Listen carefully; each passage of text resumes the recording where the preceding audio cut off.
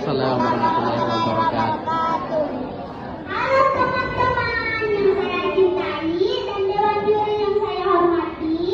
Perkenalkan, nama saya Akila Arkania Eksan dari SD Danang Kabina, umur 10 tahun, kelas 4, akan menceritakan cerita rakyat yang berjudul Asal Mula Danau Limboto. Dahulu kala di sebuah Danau Limboto merupakan hamparan laut yang sangat luas. Luasnya sekitar 3.000 hektar. Di tengahnya terdapat dua gunung yang bernama Gunung Mulyohuto dan Gunung Tirongkabila. Dua gunung tersebut mempunyai manfaatnya untuk menunjukkan arah masyarakat yang akan melalui lautan atau pelabuhan. Gunung Mulyohuto menunjukkan arah ke barat, sedangkan Gunung Tirongkabila menunjukkan arah timur. Suatu hari, air danau surut menjadi hamparan laut yang sangat luas. Sekian lama menjadi hutan yang sangat lebat. Tapi masih terlihat genangan-genangan air seperti genangan air hamba dan genangan air laut. Di tengah hutan terdapat genangan air yang sangat jernih dan sangat dingin. Nama air tersebut bernama air Tepalo. Air Tepalo tidak sering dijamah oleh manusia. Air Tepalo merupakan hamparan laut. Air Tepalo adalah tempat favorit para bidadari dari kayangan yang akan mandi di situ. Pada sore hari, bidadari dari kayangan sedang mandi di situ. Mereka bermain semburan-semburan air. Mereka tak menyadari ada lelaki yang sedang mengikuti mereka dan mandi di situ. Lelaki tersebut bernama Jilomoto yang berasal dari kayangan. Dia melihat bidadari itu sangat cantik. Dia ingin menikahi salah satu dari bidadari tersebut. Matanya tertuju dari 7 sayap yang ada di bebatuan. Dia menekuni dan mengambil sayap tersebut. Dia mengambil dan menyembunyikannya. Karena dia menyembunyikannya, dia bersembunyi di balik pohon yang sangat besar. Bidadari tersebut tidak menyadari. Ketika 7 bidadari itu hendak pulang, terjadilah keributan. Bidadari tersebut mencari sayapnya yang hilang. Dia mencari, tapi tidak ketemu. Hari mulai gelap. Adik-adiknya harus pulang ke kayangan. Sayapnya yang hilang itu ternyata bernama Bui Bungale. Bui Bungale adalah kakak tertua dari 7 bidadari tersebut. Bui Bungale menangis. Di mana sayapku? Ketika adik-adiknya hendak pulang, Jilomoto menangis diri Bui Bungale. Kamu kenapa menangis, wahai Adinda? Bui Bungale menangis. Kamu siapa? Aku Bui Bungale yang berasal dari kayangan. Namun aku tidak bisa pulang karena sayapku hilang.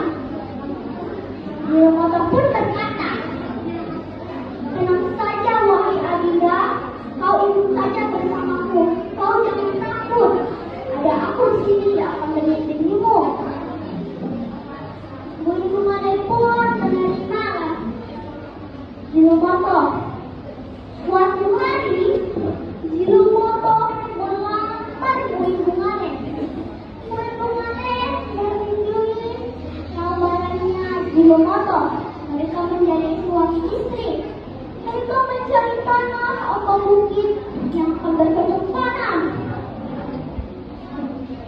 Mereka membangun rumah yang bernama Bukit Kapas. Mereka bercocok tanam, menanam sayur dan menanam buah. Suatu hari mereka mendapatkan kiriman dari kayangan yang sebesar telur itik. Mustika tersebut berada di air Empalo. Buih Pengalih pun bicara di Lomoto menyampaikan bahwa dia mendapatkan hadiah. Wahai yang cerdas, kita mendapatkan hadiah dari kayangan. Jiromoto pun berkata, di mana hadiah itu berada? Kita harus pergi mengambil hadiah tersebut. Buih Pengalih pun berkata, hadiah tersebut berada di air Tupao. Jiromoto dan Buih Pengalih pun bergegas ke mata air tersebut. Sementara itu, empat pelancong yang tersesat dari arah timur melihat turun apung di situ. Kemudian pelancong pun pergi ke teluk itu. Ia membuka teluk itu. Seketika angin tertiup kencang. Pelancong pun terlentang.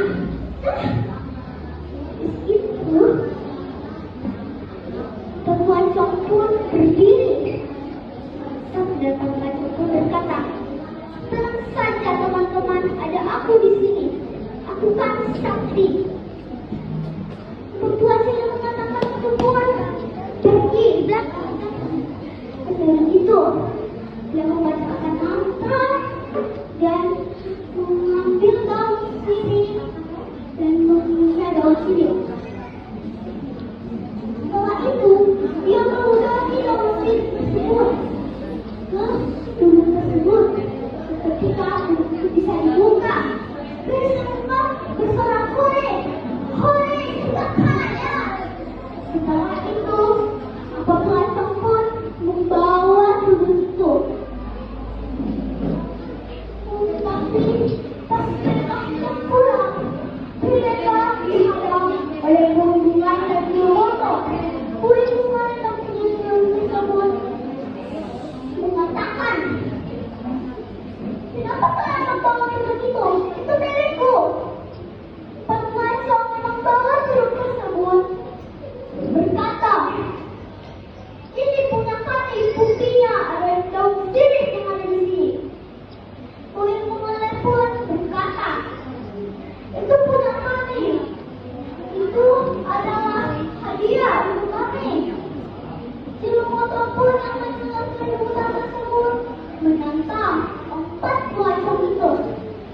Jiromoto pun berkata, ini saja yang bisa membesarkan mata air ini akan menjadi teluk itu.